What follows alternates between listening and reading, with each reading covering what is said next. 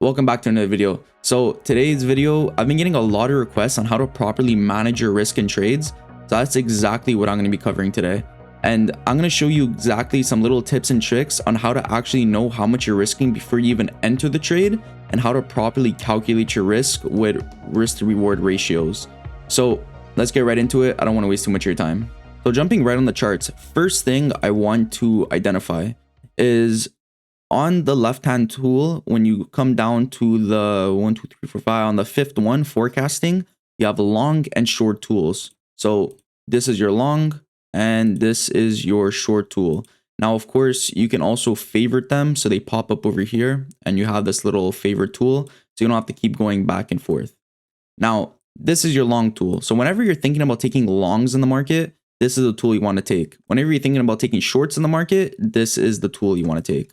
So in this case, let's just say we want to take a long over here, right? So first thing, we're going to position this right at the entry point. So for example, say if we come down into the zone, I'm going to be thinking about taking longs to these all-time high conditions. Where's my stop loss going to go? It's going to go right at these previous lows. Now, why are you going to put it at this previous low? Just because this is an obvious low in the market. So hypothetically, say price comes down through this low, then technically you don't want to be in this trade anymore because there's no reason for us to want to have a rejection higher. Unless we create this as an order block, that's a different story. But when we're looking at these tools, we always want to position them at a proper low and at a proper high. So all-time high can be your take profit.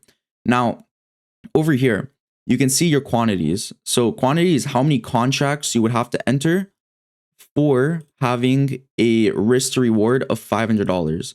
So if you want to risk, let's say $300, well, $300 USD, when we're on MNQ1 exclamation mark, that's micro e-mini Nasdaq, your lot size has to be 1.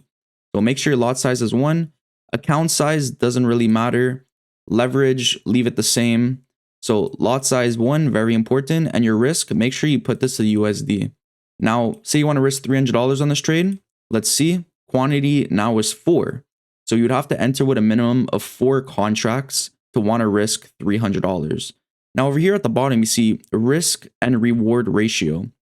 So as you can see right here, this is pretty much kind of like your multiplier in a sense. So if you're risking, let's say $200, right? You're risking $200. If you're aiming for a 1-to-1 risk to reward, so a 1 risk to reward, if you're risking $200, you're going to make $200 if you hit TP. If you are aiming for a 2 risk to reward, right here, approximately 2 risk to reward, if you're risking $200, you're going to make $400. Get it? If you're risking $300, you're going to make $600. If you're aiming for a 1-to-1, if you're risking $300, you're going to make $300. So that is a very good way to want to measure your risk. So you're going to be able to see if you're risking something like this, because say this candle goes all the way down here, and you're just trying to look for these all-time high conditions, this is a negative risk reward. You're going to be risking $200 to make what? Maybe like 80 bucks. It's not worth it.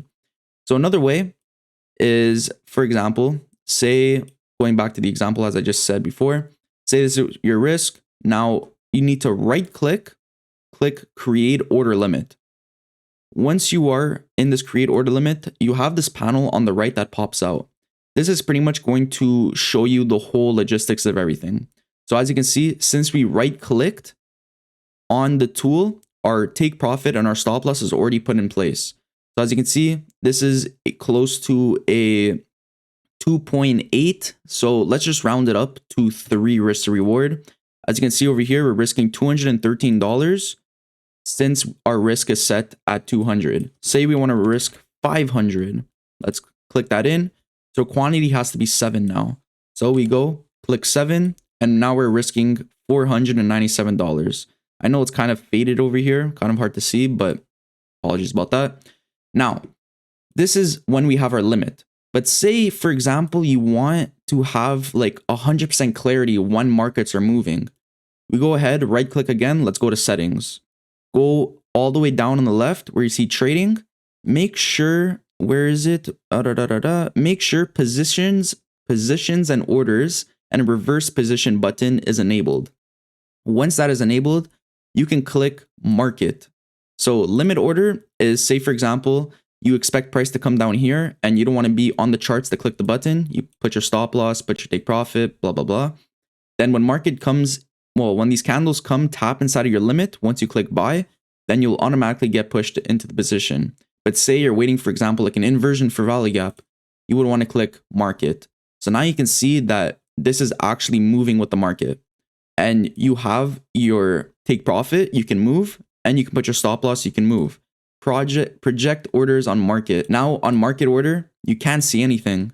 If you come down here, project orders for market order, now you can have your stop loss and your take profit. So as you can see, stop loss down here, we're risking $483.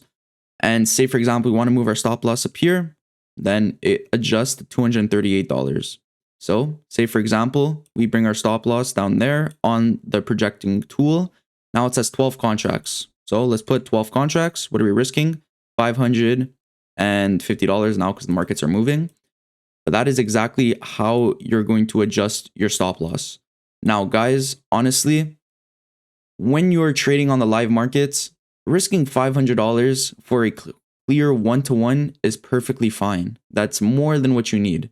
Don't be greedy in the markets and trying to go for these crazy like 12 RR trades.